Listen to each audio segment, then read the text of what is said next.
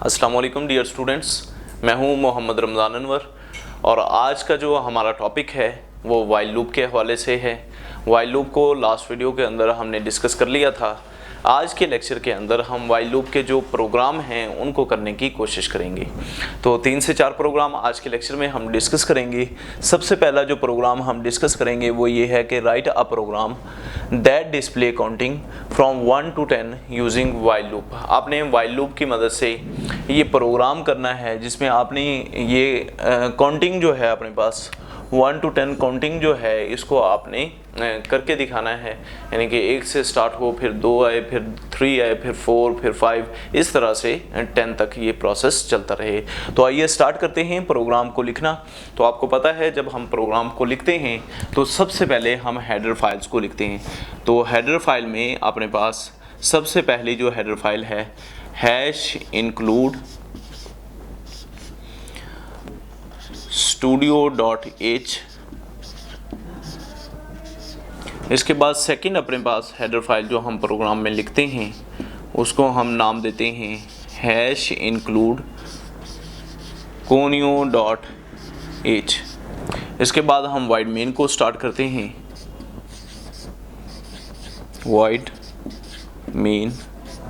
इसके बाद हम कर्ली ब्रैकेट का स्टार्ट करते हैं। अब हमने यहाँ पे क्या करना है, हमने एक प्रोग्राम लिखना है जिसमें हमने काउंटिंग को डिस्प्ले करवाना है। काउंटिंग कहाँ से कहाँ तक डिस्प्ले होगी, 1 से 10 तक डिस्प्ले होगी। तो अब हम प्रोग्राम को किस तरह से स्टार्ट करेंगे। सबसे पहले हम डेटा टाइप को लिखेंगे। मैंने यहाँ पे डेटा टाइप जो लिखा है वो इंटीजर के नेम से लिखा है। इसके बाद मैं एक वेरिएबल क्रिएट करूँगा। मैंने यहाँ पे एक वेरिएबल डिक्लेयर किया है डेटा टाइप के साथ। वेरिएबल मैंने यहाँ पे क्या लिखा है, n लिखा हुआ है। डेटा टाइप मैंने इंटीजर का यूज़ किया है। तो अब ये वाला जो प्रोसेस है इसको हम वेरिएबल डिक्लेरेशन का नाम देते हैं। इसके बाद ये जो n है इसको मैं एक वैल्यू असाइन कर देता हूँ लाइक 1, क्योंकि हमने 1 से स्टार्ट करना है और 10 तक जाना है। तो इस वजह से मैंने यहाँ पे क्या कर दिया है, इसको वैल्यू असाइन कर दी है। अब मैं क्या करूँगा, अब मैं सिंटैक्स को फॉलो करते हुए सबसे पहले वाइल लिखूँगा यहाँ पे। इसके बाद यहाँ पर मैं कंडीशन को लिखूँगा। कंडीशन अपने पास क्या है, हमने 10 तक जाना है तो n अपना स्टार्टिंग पॉइंट है, n <= 10।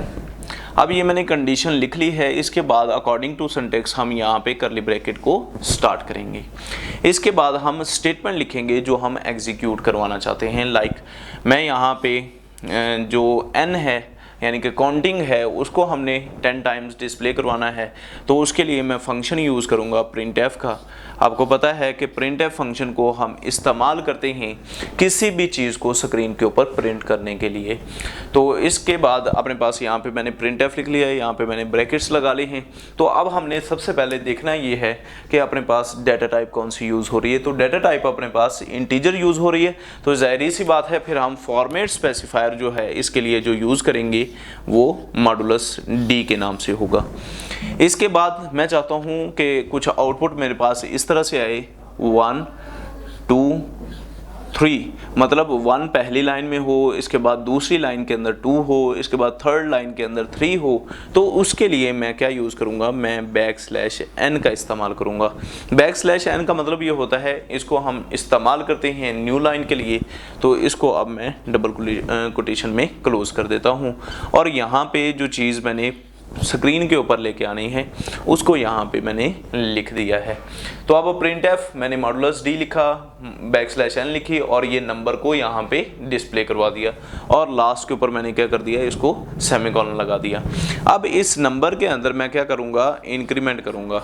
अब इंक्रीमेंट करने का मतलब यहाँ पे क्या है, क्योंकि अगर मैं इंक्रीमेंट नहीं करता तो स्टेटमेंट 1 ही अपने पास आएगी, इसके बाद अपने पास 2 स्टेटमेंट नहीं आएगी।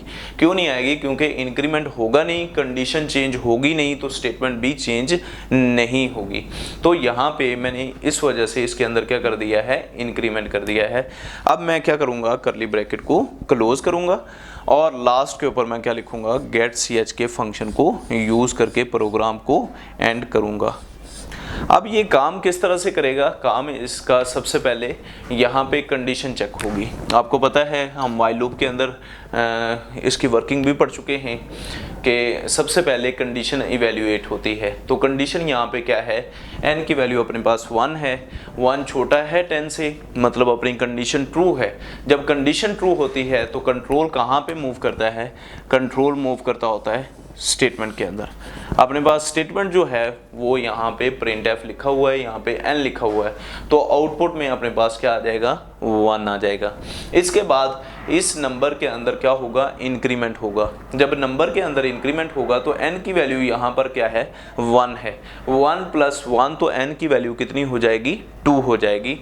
तो कंट्रोल अगेन कहाँ पे मूव करेगा, कंट्रोल अगेन यहाँ पे कंडीशन पे आएगा। कंडीशन अगेन इवेल्युएट होगी तो देखेगा 2 छोटा है 10 से, कंडीशन ट्रू है। जब कंडीशन ट्रू है तो अगेन यहाँ पे स्टेटमेंट एग्जीक्यूट, जो अपने पास n है ये डिस्प्ले होगा। n की वैल्यू अपने पास अब कितनी आ चुकी है, 2 है। तो ये process as long as continues रहेगा जब तक अपनी कंडीशन ट्रू रहेगी। लेकिन जैसे ही अपनी कंडीशन यहाँ पे 10 टाइम्स अपनी सारे यहाँ पे काउंटिंग डिस्प्ले हो जाएगी तो फिर क्या होगा, फिर जब यहाँ पे 10 + 1 होगा तो यहाँ पे 11 हो जाएगा। तो 11 छोटा है बराबर है 10 के, नहीं 11 बड़ा है 10 से, ना 11 10 के बराबर है ना 10 से छोटा है। तो इस वजह से यहाँ पे कंडीशन फॉल्स हो जाएगी, तो फिर कंट्रोल अपना कोई भी स्टेटमेंट को यहाँ पर एग्जीक्यूट नहीं करेगा, गेट ch के अंदर वो मूव कर जाएगा। ये तो था काउंटिंग के लिहाज से हमने ये प्रोग्राम किया है। अगर हम चाहते हैं कि ये जो काउंटिंग हम कर रहे हैं इसका साथ साथ अपने पास स्क्वायर भी आता चले, तो स्क्वायर को करने का सिंपल सा तरीका है, ये n वैसे का वैसा ही रहेगा, बाकी सारा प्रोग्राम हम वैसे का वैसा ही लिखेंगे जैसा हमने यहाँ पे लिखा हुआ है। तो यहाँ पे मैं एक और कॉमा लगा के स्क्वायर फाइंड करना है तो मैं n को n के साथ मल्टीप्लाई कर दूंगा। मैं क्या करूँगा, n को n के साथ मल्टीप्लाई कर दूंगा तो उसका स्क्वायर भी फाइंड हो जाएगा। अगर मैं क्यूब करना चाह रहा हूँ तो मैं क्या करूँगा, n को 3 मरतबा आपस में मल्टीप्लाई कर दूंगा तो फिर अपने पास यहाँ पे क्यूब भी आ सकता है। तो मतलब अगर ये कि काउंटिंग का अपना एक तो काउंटिंग का हमने प्रोग्राम कर लिया है, इसके बाद हमने स्क्वायर वाला प्रोग्राम भी कर लिया है कि अगर हमने किसी भी नंबर का स्क्वायर फाइंड करना हो तो उसको हम किस तरह से करेंगे। सारी स्टेटमेंट ऐसे ही आएगी, जस्ट n को n के साथ मज़ीद मल्टीप्लाई कर देंगे ताकि हम उसका स्क्वायर फाइंड आउट कर लें। तो ये पहला प्रोग्राम जो आज हमने किया है, इसके अभी हम दूसरा प्रोग्राम भी करी। तो अभी हमने प्रोग्राम किया एक जिसमें हमने काउंटिंग को डिस्प्ले करना सीखा। इसके अलावा हमने स्क्वायर को फाइंड करना, किस तरह से हम स्क्वायर के लिए हम एक प्रोग्राम को राइट कर सकते हैं। अब हम बात करेंगे एक और प्रोग्राम की। इसमें हम क्या करेंगे, write a program that display first 5 number. हम पहले 5 नंबर को डिस्प्ले करेंगे and their sum using while loop. हमने क्या करना है, 5 नंबर्स को डिस्प्ले करना है और 5 नंबर्स को डिस्प्ले करना है और उसके सम को डिस्प्ले करना है। तो हम इसके लिए भी एक प्रोग्राम लिखेंगे। प्रोग्राम हम किस तरह से लिखेंगे वो हम यहाँ पे सबसे पहले प्रोग्राम स्टार्ट करने से पहले हम यहाँ पे #include हेडर फाइल्स को ऐड करेंगे। #include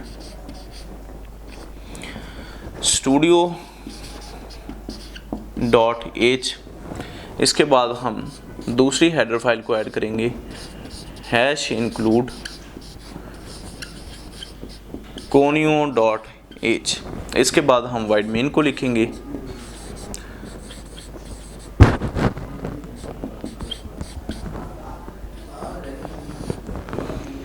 अब हम क्या करेंगे, सबसे पहले तो एक नंबर लेंगे। ये मैंने नंबर ले लिया, इसके साथ मैंने क्या फाइंड करना है, मैंने सम फाइंड करना है, तो इसको मैं डिक्लेयर करवा देता हूँ। तो यहाँ पे मैंने 2 वेरिएबल डिक्लेयर किए हैं, एक n के नाम से और दूसरा सम के नाम से। अब मैं n को कोई भी वैल्यू असाइन कर देता हूँ, लाइक n को मैं फ़िलहाल 1 वैल्यू असाइन कर रहा हूँ। सम में फ़िलवक़्त कुछ भी नहीं है, तो सम अपने पास क्या है, 0 के बराबर है। ठीक है जी। तो यहाँ पे मैंने दो काम किए हैं, एक तो पहले वेरिएबल को वैल्यू असाइन की है, दूसरा वेरिएबल जो है उसको 0 असाइन किया है, क्योंकि सम में फिलवकत कुछ भी नहीं है। हमने ये जो 5 नंबर हैं वो हमने स्टोर करने हैं किसके अंदर, सम के अंदर। तो अब हम अगेन क्या करेंगे, व्हाइल लूप के सिंटैक्स को फॉलो करेंगे। तो यहाँ पे हम सबसे पहले व्हाइल, और यहाँ पे हम क्या लिखेंगे, कंडीशन लिखेंगे। यहाँ पे अगर आप गौर करें कंडीशन किस तरह से बनाएंगे, दैट डिस्प्ले फर्स्ट 5 नंबर्स। यहाँ पे जिक्र हो रहा है पहले 5 नंबर्स का। तो यहाँ पे मैंने नंबर्स के लिए जो वेरिएबल डिक्लेयर किया हुआ है वो n डिक्लेयर किया हुआ है। तो मैं यहाँ पे क्या लिखूँगा, n less than equal to 5। मैंने 5 यहाँ पे क्यों लिखा है, क्योंकि उसने 5 नंबर्स का जिक्र किया हुआ है, तो इस वजह से मैंने यहाँ पे 5 लिख दिया है। अब मैं अगेन सिंटैक्स को फॉलो करते हुए क्या करूँगा, कर्ली ब्रैकेट को स्टार्ट करूँगा और इस नंबर को स्क्रीन के ऊपर शो करवाऊँगा। इस नंबर को स्क्रीन के ऊपर शो करवाने के लिए मैं क्या करूँगा, प्रिंटफ फंक्शन का यूज़ करूँगा। प्रिंटफ फंक्शन का यूज़ किया मैंने। तो सबसे पहले मैं देखूंगा कि मेरे पास डेटा टाइप कौन सी है। तो मेरे पास डेटा टाइप जो है वो इंटीजर है। तो मैं यहाँ पे format specifier modulus D use करूँगा। न्यू लाइन के ऊपर जाने के लिए मैं \n का इस्तेमाल करूँगा। इसके बाद मैं इस नंबर को यहाँ पे शो करवा दूँगा। तो अब मैंने यहाँ पे नंबर को डिस्प्ले करवा दिया है। अब अगेन लास्ट प्रोग्राम की तरह हम यहाँ पर भी क्या करेंगे, नंबर की वैल्यू के अंदर इंक्रीमेंट करेंगे, क्योंकि अगर हम नंबर की वैल्यू के अंदर इंक्रीमेंट नहीं करते तो फिर कंडीशन स्टिल वहीं की वही ही रहेगी, क्योंकि n की वैल्यू 1 है, वो चेंज नहीं होगी। जब चेंज नहीं होगी तो बार बार 1 छोटा है 5, 1 छोटा है 5, इस तरह से वो करता रहेगा। इस वजह से हमने नंबर के अंदर क्या किया है, चेंज किया है। अब नंबर को चेंज करने से पहले अगर हम ये काम कर लें, क्योंकि हमने क्या करना है, हमने सम को फाइंड करना है। तो सम में इस नंबर को हम ऐड कर दें।